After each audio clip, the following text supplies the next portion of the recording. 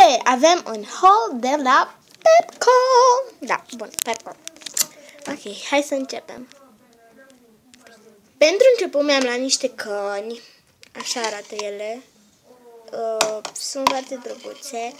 Una a costat €1,50. Mi se par super când vin fetele la mine să bem ceva în ele. Mi-am luat 3. Uitați, 3. Așa arată. De la una am luat. Ok, hai să vedem ce mai mi-am luat. După aceea mi-am mai luat niște creioane cu 50 de bani. Mă rog, 50 de bani, sunt deja răscutite, sunt basic, plac mult. După aia, un caiet mare care am dat pe el 6 lei. E pentru mate. Alo. E alb aici și așa e mate normal. E foarte drăguț modelul lui, cu ronduri mică și îmi place. Următoarea chestie e un penar. La 2, dar ăsta mi-a plăcut la nebunie. A costat din 8 lei, da. 8 lei. Dar e super cute și da, pe dinăuntru e normal. Mi-am luat și niște umerașe super drăguțe. Aveau și de șarfe. Și totul nu v-am spus ce e Pepco. Pepco e ca și un fel de Jumbo. Da, sunt foarte drăguțe. Da.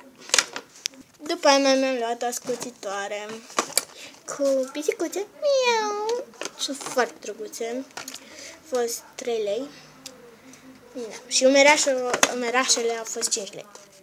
După aia mi-am luat niște pensule, 2 lei, super. Să nu lipsească stickerele, cursuleți, ei. Astea au fost 1 leu, sunt 180 de stickere. După aia mi-am luat niște agrafe de birou colorate, super drăguțe.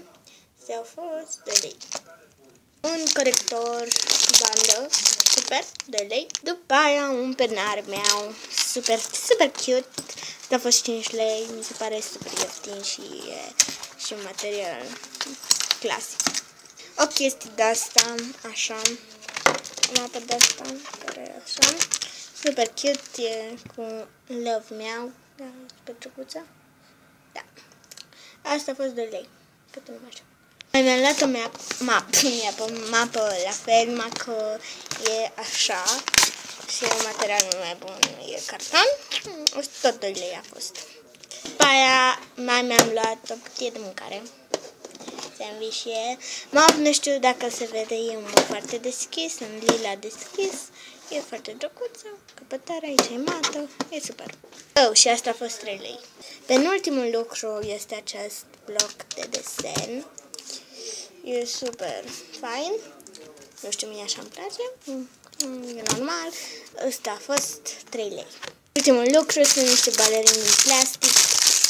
Acestea care au fost 6 lei. Sunt mărimea 35 și îmi plac.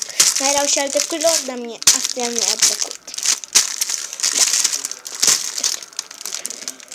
Ok. Hai să pun jos. Și cam acesta a fost haul-ul meu de la Pepco. Sper că v-a plăcut și da, pentru primul haul dați un like și un subscribe și da, comentați ce v-a plăcut cel mai mult.